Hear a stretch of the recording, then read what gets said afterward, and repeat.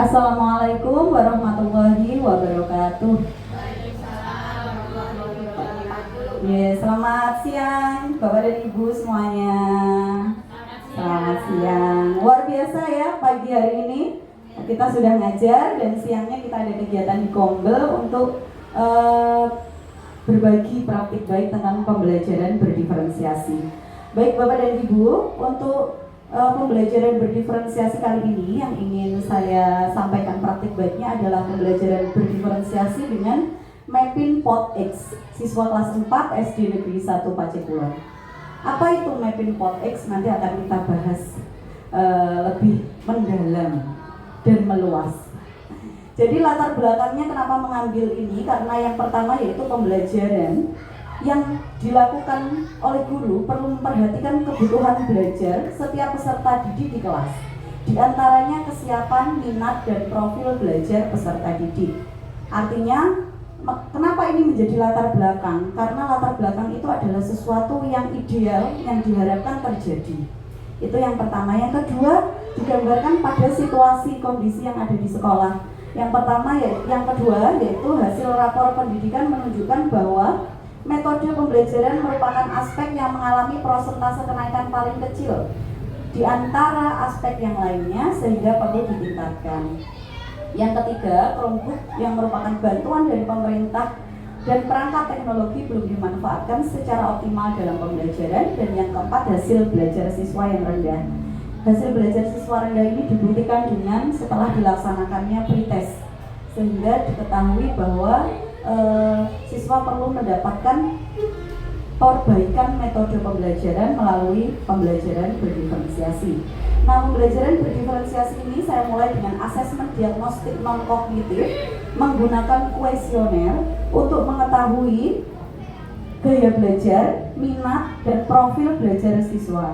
Dari asesmen tersebut kemudian telah tergambar anak-anak itu ada yang suka menonton video, melihat yang ada di layar visual, kemudian ada yang suka mendengarkan karena mereka kalau saya tanya suka belajar dengan mendengarkan dan sebagainya. Ada yang kinestetik, mereka suka melakukan sesuatu. Kinestetik itu tidak berarti kegiatannya harus di luar dan lari-lari, tidak, tapi kegiatan yang melibatkan anggota tubuhnya. Nah, itu ada anak yang seperti itu, sehingga pada kegiatan pembelajarannya perlu disiapkan kegiatan-kegiatan pembelajaran seperti untuk memenuhi kebutuhan belajarnya itu.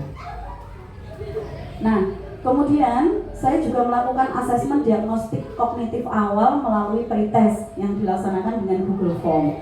Menggunakan Google Form itu kita bisa melihat nilai dari seluruh siswa, kemudian menganalisis apa bagian soal yang tidak dikuasai dan sebagainya pada materi tertentu.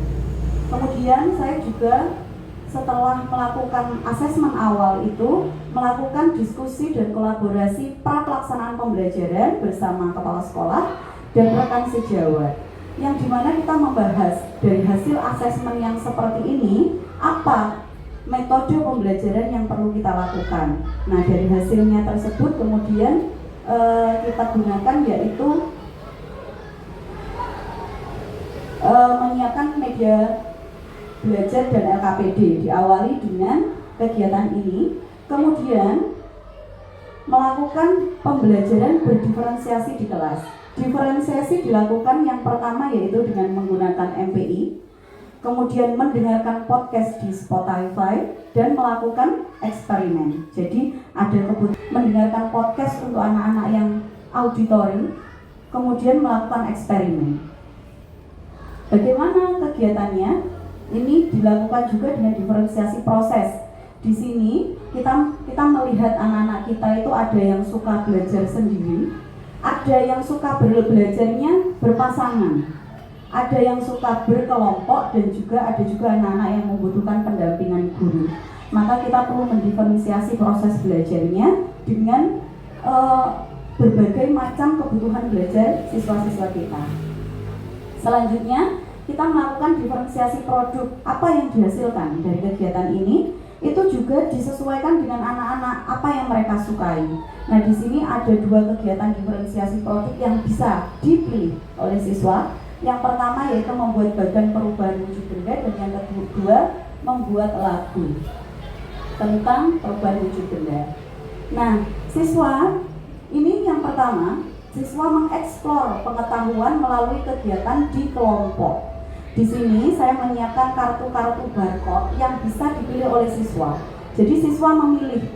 Di sini ada kegiatan menggunakan MPI, di sini mendengarkan podcast melalui Spotify, dan di sini adalah kegiatan untuk melakukan eksperimen. Ini berisi petunjuk. Nah, anak-anak boleh memilih di antara 3 hal ini manakah yang ingin mereka lakukan terlebih dahulu, atau akan mereka lakukan sebagai satu-satunya kegiatan juga boleh. Nah, setelah itu mereka akan berkelompok dengan temannya masing-masing. Nah, di sini saya ingin memperkenalkan tentang MPI yang saya gunakan. Bapak Ibu bisa melihat, memindai. Silakan dibuka HP-nya, dipindai, scan barcode-nya.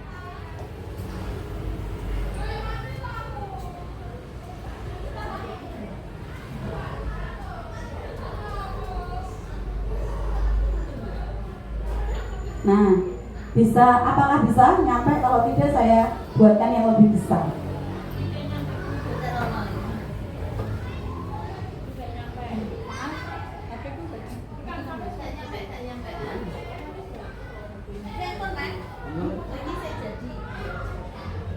Nah, di sini Bapak Ibu silakan di scan barcode-nya. Kalau tidak kelihatan nyampe juga, nanti bisa saya besarkan. Biasanya anak-anak kalau di belakang kan anak-anak pakai ini juga, nyampe kok di belakang. Nah, ada biasanya di aplikasi pemindai. Ada Bu, pindai.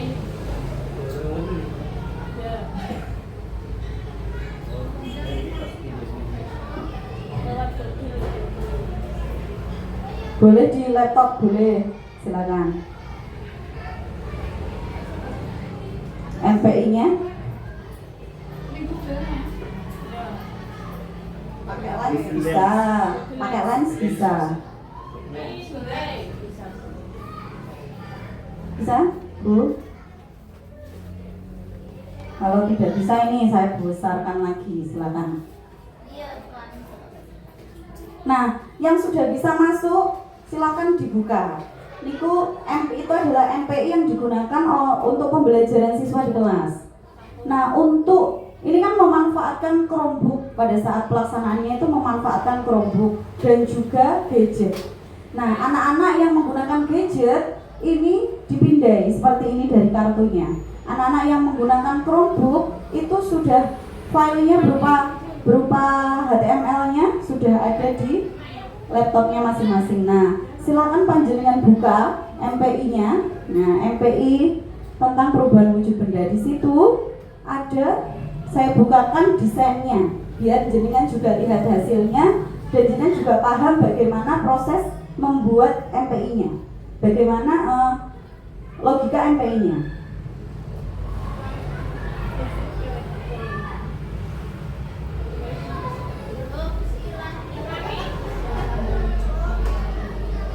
Di sini silakan diklik start ya. Ini desainnya biar jenengan paham tampilannya seperti yang jenengan lihat dan desainnya seperti ini, sehingga nanti kita harapkan panjenengan bisa membuat MPI juga.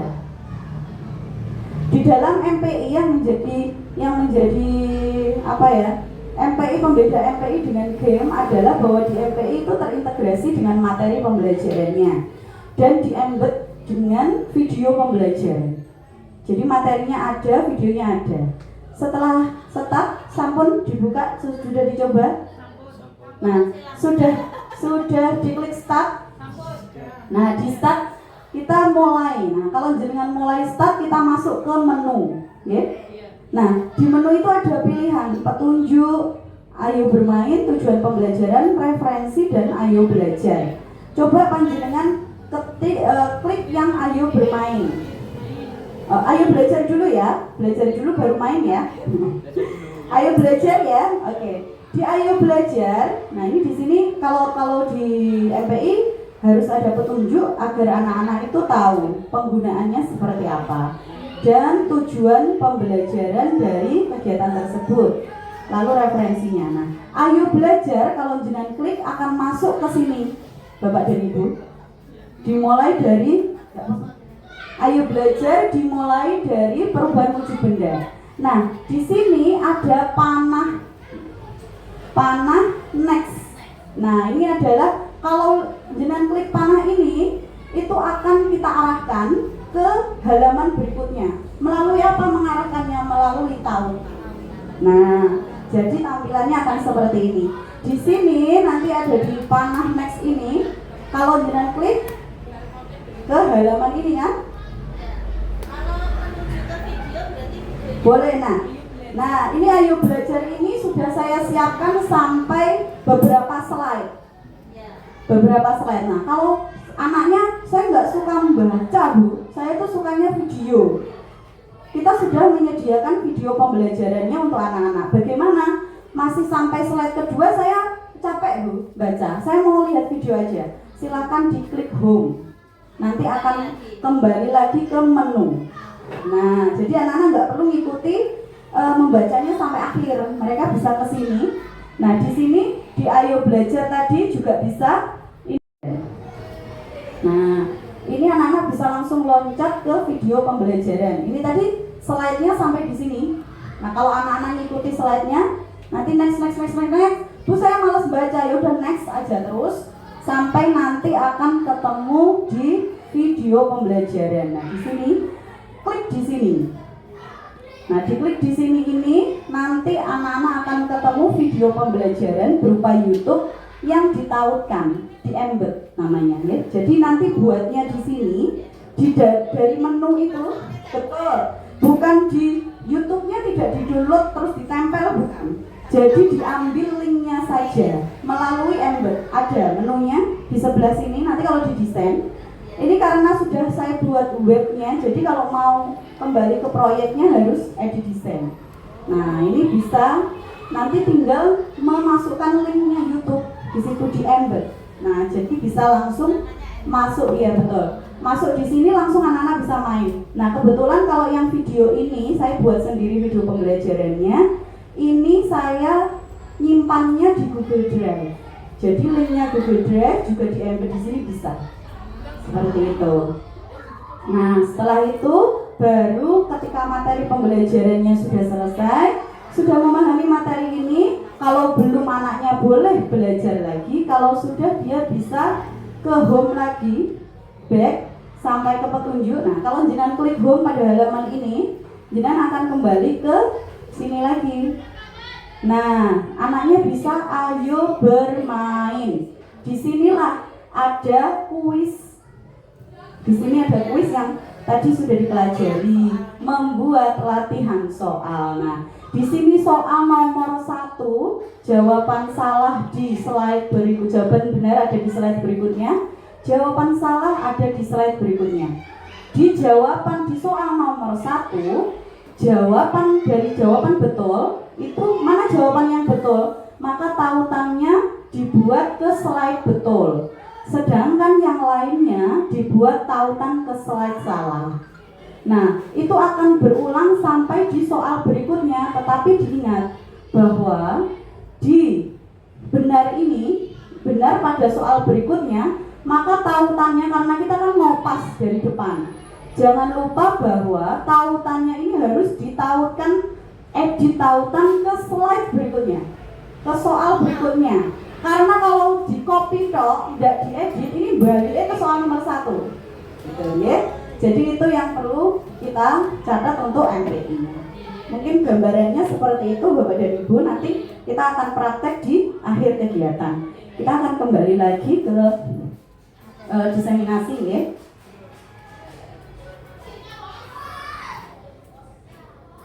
Nah, ini tadi anak-anak ada yang sudah mau melihat atau menggunakan MPI. Setelah itu mereka mempresentasikan hasil melihat MPI-nya.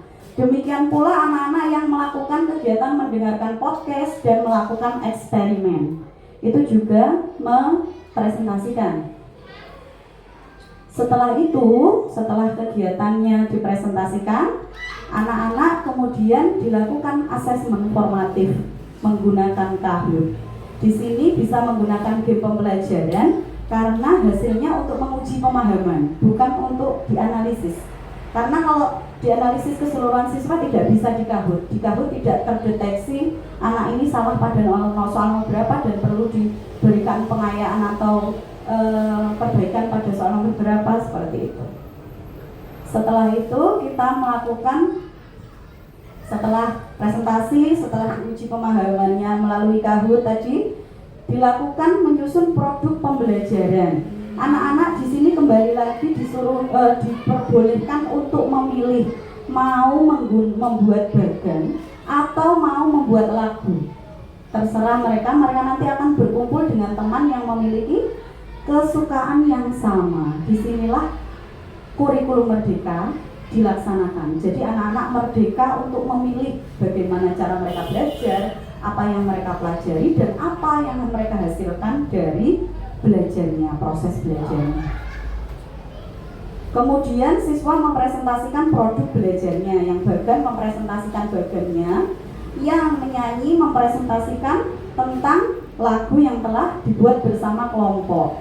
Di sini anak-anak menggunakan lagu-lagu yang sudah ada, sudah umum, lagu anak-anak yang diganti liriknya, seperti itu. Jadi karaoke bisa pada saat pelaksanaan ini sambil diiringi. Nah, di akhir kegiatan mereka kembali menggunakan yang tidak sama, jadi ya, mungkin aplikasi atau cara yang tidak sama. Saya khawatir tidak bisa dibanding sebelumnya yang pretest ini yang kuning ini menjadi yang biru ini, Bapak dan Ibu. Jadi di sini banyak anak yang dapat nilai 100, nilai 90 yang sebelumnya hanya 1 anak, 2 anak yang nilai 80 menjadi lebih banyak jumlahnya. Seperti itu, karena yang kita ukur dari kegiatan belajar ini adalah hasil belajarnya.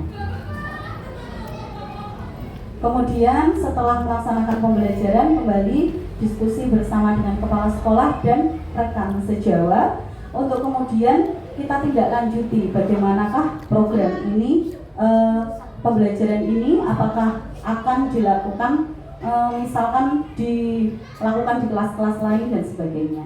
Nah, untuk pelaksanaan pembelajaran berdiferensiasinya seperti itu Bapak dan Ibu. Ini nanti selanjutnya kita akan lihat video pembelajaran dari yang sudah saya laksanakan. Nanti setelah itu kita akan tanya jawab, ya Bapak Ibu, saya membutuhkan saran, masukan, dan juga mungkin penguatan dari Bapak Ibu semuanya terkait dengan pembelajaran berdiferensiasi yang sudah dilaksanakan.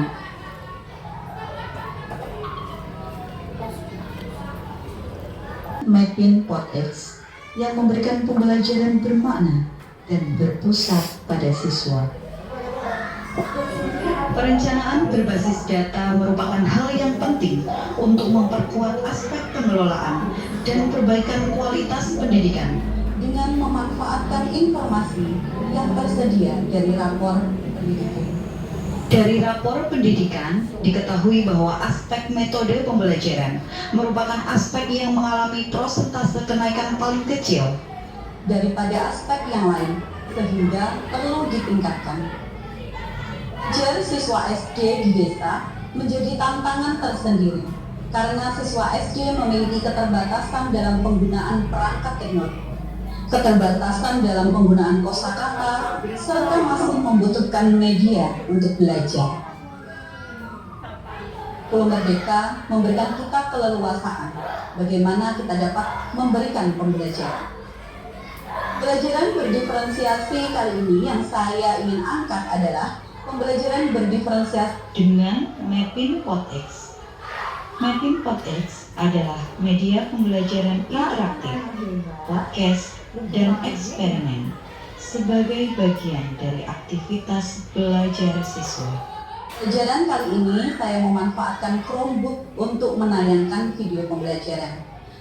Chromebook yang merupakan bantuan dari pemerintah masih jarang digunakan, sehingga saya berkeinginan untuk mengoptimalkan penggunaannya. Adalah gadget untuk mendengarkan podcast. Sebelumnya, siswa telah mengunduh aplikasi Spotify di gadget masing-masing. Dan yang ketiga adalah eksperimen tentang perubahan wujud benda. Permukaan gelasnya mulai basah apa belum? Di sini saya mengamati bahwa situasi yang ada saat ini adalah metode pembelajaran yang digunakan belum dapat melibatkan siswa secara aktif. Hasil belajar siswa yang rendah serta masih minimnya penggunaan perangkat teknologi dalam pembelajaran.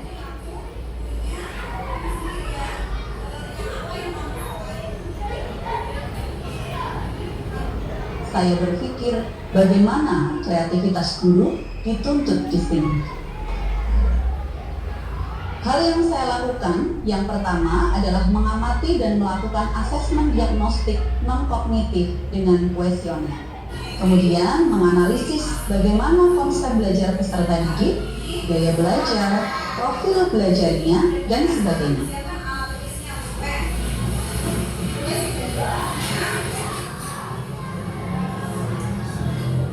Diisi sesuai dengan diri sendiri ya. Ini asesmen diagnostik non-kognitif, saya juga melakukan asesmen diagnostik kognitif awal untuk mengetahui kesiapan belajar dan hasil belajar siswa. Diagnostik kognitif awal saya lakukan dengan memberikan asesmen menggunakan Google Form. Hal ini memudahkan saya untuk menganalisis dan hasilnya dapat terdokumentasi dengan baik. Saya melakukan diskusi dan kolaborasi dengan kepala sekolah dan rekan sejawat untuk menganalisis hasil asesmen dan bagaimana kita menyiapkan bahan ajar dan materi pembelajaran untuk peserta didik. Pembelajaran berdiferensiasi kali ini, saya melakukan diferensiasi konten, diferensiasi proses, dan diferensiasi produk. Diferensiasi konten dilakukan dengan memberikan materi yang berbeda untuk setiap kelompok siswa. Saya menggunakan kartu barcode yang digunakan siswa untuk mengakses pilihan media pembelajaran. Melalui scan barcode di kartu, mereka mampu menganalisis apa yang mereka sukai, lalu berkelompok dengan teman yang memiliki kesukaan yang sama. Ada kelompok siswa yang menggunakan media pembelajaran interaktif menggunakan Chromebook. Ada kelompok siswa yang mendengarkan podcast dari Spotify. Dan ada kelompok siswa yang melakukan eksperimen. Merupakan hal baru bagi siswa. Jadi mereka lebih antusias dalam mengikuti pembelajaran. Sesi proses saya lakukan dengan pembelajaran individu, berpasangan atau tutor sebaya, aktivitas kelompok, dan pendampingan individu oleh guru.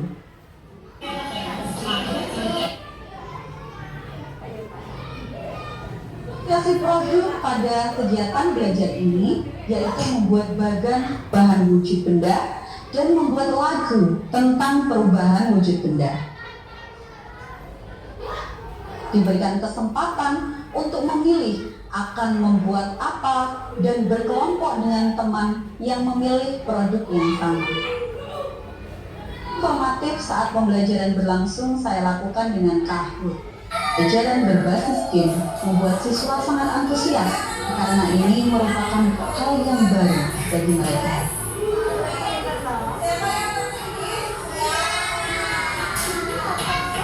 Akhir kegiatan pembelajaran, siswa kembali memindai barcode untuk melakukan asesmen diagnostik kognitif akhir menggunakan Google Form.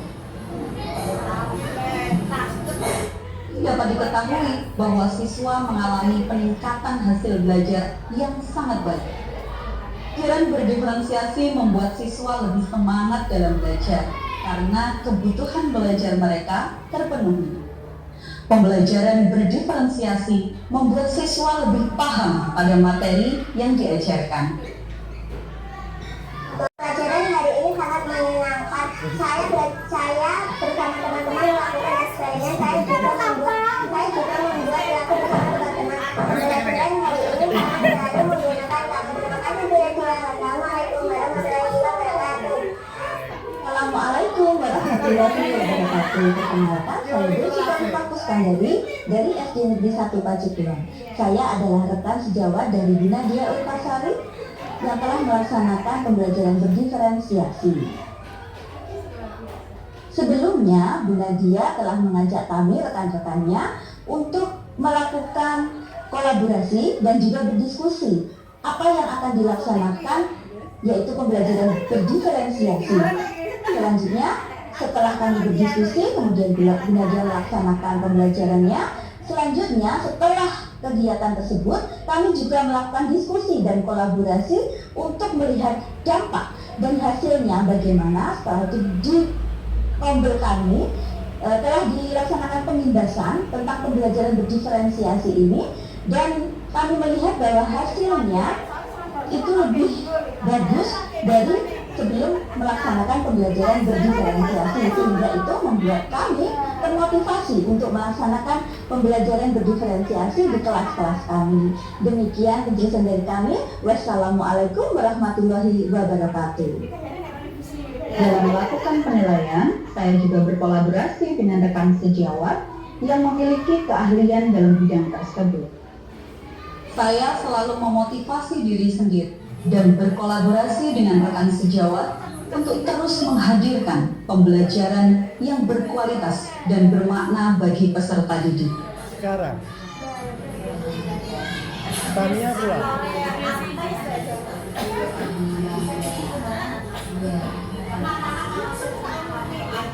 Langkah kecil yang kita lakukan saat ini akan menjadi pijakan bagi langkah besar mereka di masa depan. Praktik baik pembelajaran berdiferensiasi dengan media pembelajaran interaktif, podcast, dan eksperimen atau mapping PodX ini telah saya diseminasikan kepada rekan sejawat di SD Negeri 1 Pacikulon, dihadiri dan didukung oleh pengawas sekolah. Kurikulum Merdeka luar biasa, pembelajaran terlaksana, kebutuhan belajar siswa terpenuhi, maka tercipta pembelajaran yang berkualitas dengan menggunakan kurikulum Merdeka. Terima kasih. Wassalamualaikum warahmatullahi wabarakatuh. Salam dan bahagia. Oke, terima kasih. Seperti itu Bapak dan Ibu, pelaksanaan pembelajaran berdiferensiasi yang sudah dilaksanakan. Mohon umpan balik dan juga saran masukan yang membangun agar kegiatan pembelajaran ini Bluetooth mode. Waiting for Bluetooth connected. soalnya tidak nyambung di YouTube. Mungkin ada masukan yang tambahin kan? 10 menit tidak terasa ya. Saya dapat saya sendiri nggak pesan. Siapa? Mas, silakan Bu Sri, mungkin ada masukan. ya. Ya, Assalamualaikum warahmatullahi wabarakatuh. Waalaikumsalam. Bapak Ibu Guru SD Negeri 1 Pacikulon yang saya hormati, beserta narasumber Bu Nadia Urpasari. Terima kasih Bu Nadia. Diseminasi yang sudah disampaikan oleh Bu Nadia sungguh luar biasa. Bagi kami para guru-guru SD Negeri 1 Pacikulon yang haus akan pengetahuan dan ilmu-ilmu. Apalagi tadi yang disampaikan oleh Bu Nadia yaitu tentang pembelajaran berdiferensiasi, Bu Nadia, luar biasa. Saya tidak akan memberikan pertanyaan Bu Nadia, tapi hanya bisa memberikan masukan saja, dari apa yang disampaikan Bu Nadia tadi, dari tayangan-tayangan tadi sungguh luar biasa. Anak-anak kita belajar dengan kurikulum Merdeka menggunakan IT yang bagus sekali. Hasil yang semula mendapatkan nilai rendah akhirnya mendapatkan nilai yang maksimal dari pembelajaran yang berdiferensiasi tadi. Anak-anak bisa belajar berkelompok, bisa belajar dengan individual, sungguh luar biasa. Harapan kami Bu Nadia, kami sebagai guru senior di sini, semoga pembelajaran ini bisa dilaksanakan tidak hanya di kelas 4 saja atau kelas-kelas tinggi, semoga bisa dilaksanakan di kelas 1, kelas 2 dan kelas-kelas 4, 5, 6 juga tadi. Karena apa? Sungguh luar biasa anak-anak dengan IT itu akhirnya akhirnya akrab. Apalagi bantuan-bantuan dari pemerintah, kerupuk itu bisa dimaksimalkan ya. Apalagi anak-anak sekarang itu sudah luar biasa Bu Nadia ya, Bapak Ibu guru ya, dengan di dunia IT dikit itu luar biasa. Jadi tidak ada salahnya nanti dimaksimalkan Bu Nadia ya. Jadi anak-anak tidak hanya belajar game-game yang tidak bermanfaat, tapi anak-anak akan belajar dari pembelajaran keseharian. Kalau kelas 1 belajar materi kelas 1 dan seterusnya. Ya, Bu Nadia, itu saja yang bisa kami sampaikan. Semoga ilmu-ilmunya nanti bermanfaat, berkah barokah ya. Wassalamualaikum warahmatullahi wabarakatuh. Oke, terima kasih Bu Sri, luar biasa sekali Bu Sri. Saya sangat banyak belajar ya dari Bu Sri, semangat belajarnya yang luar biasa ya. Sudah jadi senior tapi masih mau mengejar teman-temannya yang masih muda. Kita yang masih muda jangan sampai mau kalah kendor ya. Jadi kita juga bersemangat. Terima kasih masukannya Bu Sri. Insya Allah untuk pembelajaran berdiferensiasi ini bisa kita laksanakan di semua jenjang kelas. Meskipun penggunaan perangkat IT-nya lebih sederhana di kelas bawah, tapi pembelajaran berdiferensiasi bisa dilaksanakan di semua jenjang kelas. Insya Allah seperti itu. Mungkin dari Ibu yang lain ada yang perlu didiskusikan, silakan Bu Desi. Assalamualaikum warahmatullahi wabarakatuh. Ini yang ingin saya tanyakan Bu Nadia. Dari pembelajaran berdiferensiasi tadi yang sudah dilaksanakan kan ada beberapa kegiatan. Nah, itu kan membutuhkan persiapan yang tentunya tidak mudah ya, dan itu kan sesuai dengan aset yang ada di sekolah masing-masing. Kan belum semua SD mendapatkan bantuan dari pemerintah. Nah, itu terus ini masih satu mata pelajaran saja gitu. Padahal dalam satu hari itu udah ada 3 mapel. Nah, terus kira-kira ada nggak tips-tipsnya itu bagaimana cara kita itu melaksanakan pembelajaran berdiferensiasi, menyesuaikan dengan anak didik kita sesuai dengan bakat minat, gaya belajarnya dan lain-lainnya itu, untuk mempersiapkannya itu dengan dari satu hari ada 3 mapel kan membutuhkan effort yang lebih. Nah, itu mungkin bisa dijelaskan nih.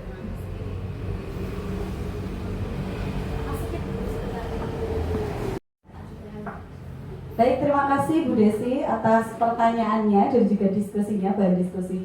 Betul sekali loh, untuk melaksanakan kegiatan pembelajaran ini kita butuh khususnya untuk berdiferensiasi ini kita butuh effort lebih, karena kita harus mempersiapkan beberapa kegiatan dengan berbagai macam karakteristik siswa. Nah, ini kalau bukan tips ya, saya lebih ke apa yang sudah dilaksanakan.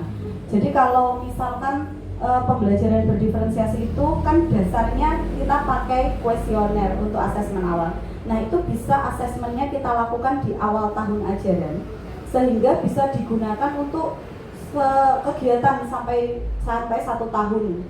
Jadi tidak setiap mau materi baru di asesmen lagi pula asesmennya juga tidak harus yang seperti ini. Jadi asesmennya bisa disesuaikan dengan kondisi kelas dan juga guru.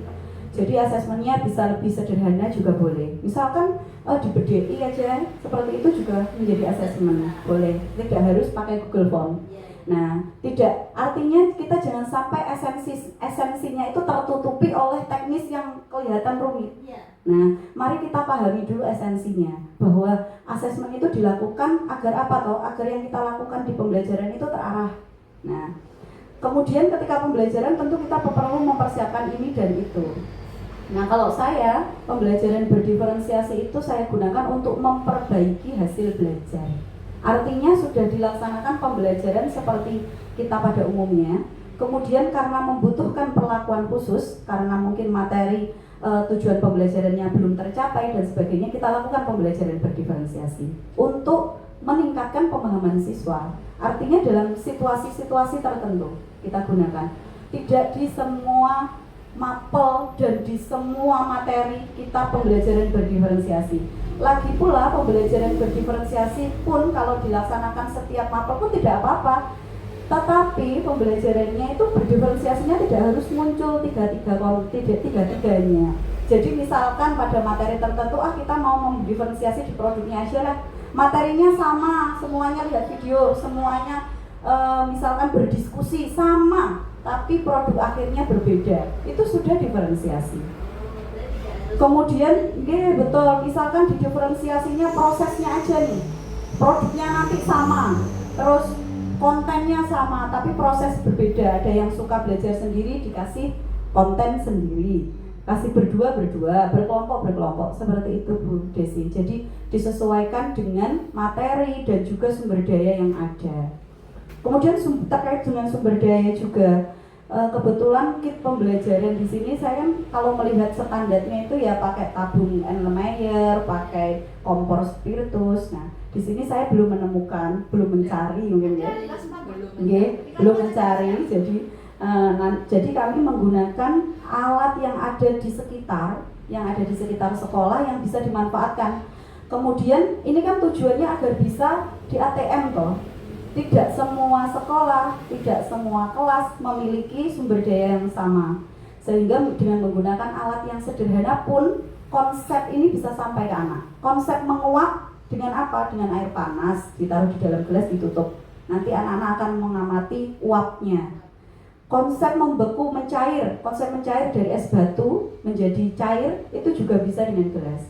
Kemudian konsep mencair dan membeku melalui pembakaran lilin. Itu juga kita cari bahan-bahan yang kita bisa substitusikan dengan hal-hal yang ada di sekitar, seperti itu. Jadi memang benar harus disesuaikan dengan kondisi, materi, sarana prasarana yang ada di kelas dari sekolah kita.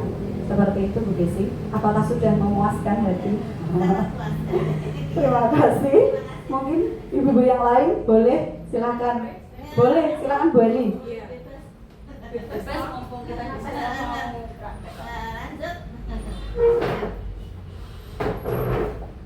Assalamualaikum warahmatullahi wabarakatuh. Waalaikumsalam warahmatullahi wabarakatuh. Gusti, terima kasih. Ibu Kepala Sekolah Bu Nadia, terima kasih atas waktunya yang diberikan kepada saya. Di sini kebetulan saya juga ingin mempraktekkan pembelajaran berdiferensiasi. Itu kan ada konten, proses sama produk. Nah, rencananya nanti itu apakah setiap kelompok itu materinya sama? Kan setiap anak kan mempunyai gaya belajar yang juga berbeda. Setiap kelompok itu misalnya kan kaitannya perkalian.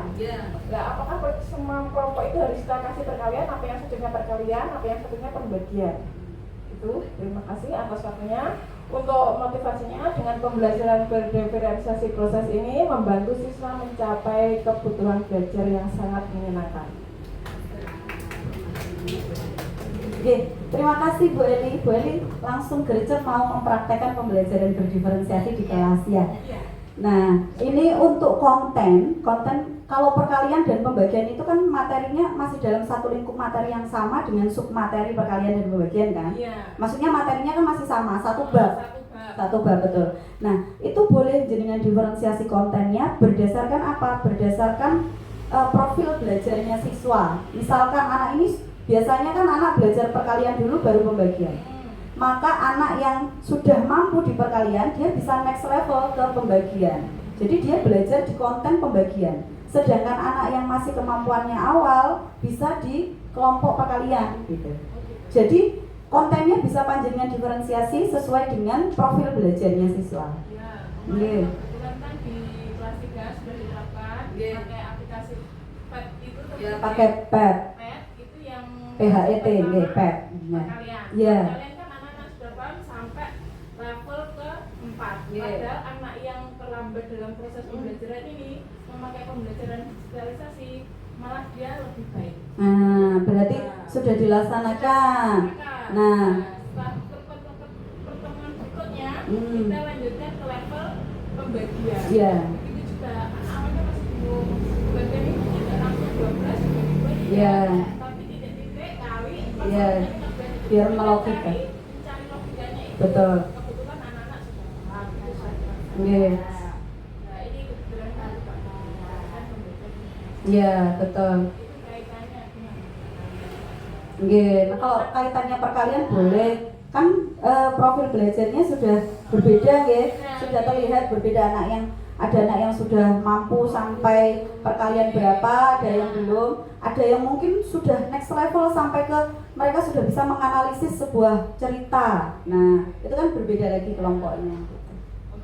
Nggih, boleh didiferensiasi di konten belajarnya atau juga di proses belajarnya. Misalkan anak yang kemampuannya kurang dengan anak yang sudah kemampuannya tinggi boleh dipasangkan jadi tutor sebaya. Di awalnya ya, itu kan anak-anak ketika belajar ya, anak-anak kan saya beri kebebasan untuk Boleh, nggih betul. kelompok. Ya, Gabung sesuai dengan kelompoknya. Iya. Kebetulan yang urgent sudah digabung. Boleh, seperti itu juga boleh. praktek sudah berhasil, Iya. setelah memanfaatkan batu. Jadi sebagai media pembelajaran. Kalian itu dimasukkan ke Nggih, betul. botol gelas, terus setiap anak dikasih Betul. Untuk mengajarkan konsep pembagian nggih, boleh. Betul. bagian. Terus setelah itu anak-anak proses presentasi ke depan, memperkenalkan anggota kelompok Iya. dan lainnya. Setelah itu menyimpulkan. Jadi dalam 20 gelas yang pertama tadi mau dibagikan ke 4 anak. Setiap anak itu mendapat berapa anak-anak? Langsung Gila dapat 5, Iya. Azam dapat 5. Ya, di kegiatan yang kerikil-kerikil tadi itu bisa digunakan untuk kegiatan anak-anak kinestetik toh, karena mereka menggerakkan menggunakan anggota tubuhnya untuk kegiatan. Nah, itu sudah bisa masuk ke diferensiasi kontennya, Bu Eli. Jadi kontennya ada kegiatan beberapa kegiatan seperti itu. Artinya tidak harus yang ya begitu, yang sederhana saja. Yang penting disesuaikan dengan minat, dengan profil belajarnya maupun gaya belajarnya siswa. Nah, tadi kan untuk media pembelajaran yang saya ulas sekalian biar lebih jelas. Kan kita pakai medianya kan kayak itu kan sebenarnya kan bisa. Ya, bisa kayak gini, Bu Eli, diproyeksikan ke tembok aja. Ya apa tuh tadi pamflet, Nah. terus langsung anak-anak menjalankan itu. Boleh, nggih. Oke, itu kan sudah masuk ke semua tuh Bu. Iya. Kan proses dan prosesnya kan Ya, sudah ya. Artinya diferensiasi itu bukan pembeda, tapi disesuaikan dengan kebutuhan. Nggih. Nggih. Nggih, oke, terima kasih Bu Eli, luar biasa praktik baiknya. Lembar pertama, halaman pertama ini, kemudian kita akan menuju ke halaman kedua. Nah, berarti diklik yang kalian harus menebak nama dari gambar yang muncul. menebak gambar hewan yang Jawabannya apa yang Ayam apa kucing ya iki? Nah, di sini ayam. Nah, jawabannya ayam ini kita klik. Yang Oke. klik mana? Kita klik ayam ini. Nah, terus ini kan yang benar kan ayam. Nah, kita tautkan. Kita tautkan ke halaman 3 karena jawabannya benar. Ke jawaban halaman 3. Selesai. Nah, kemudian untuk yang kedua kan kucing. Kucing kan salah. Nah, kita tautkan ke halaman 2 ini. Kan salah. Ke halaman 4. Ke halaman 4 nanti kita membuat salah benar dulu. Ke halaman 4.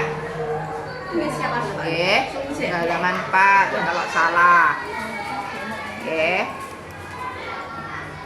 Lah, terus singa juga salah. Berarti kita tautkan ke halaman 4 juga.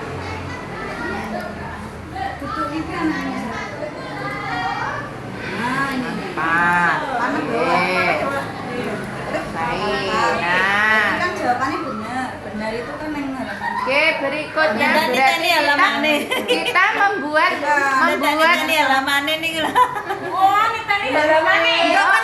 Benar salah kan setelah soal. Iya. Setelah soalnya nih benar salah, soalnya benar salah. kita buat yang halaman 3 ini jawaban benar. Halaman 3 ini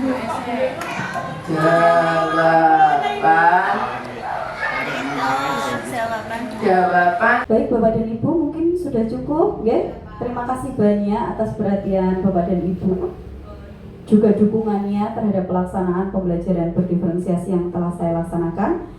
Wabillahi taufiq wal hidayah. Wassalamualaikum warahmatullahi wabarakatuh.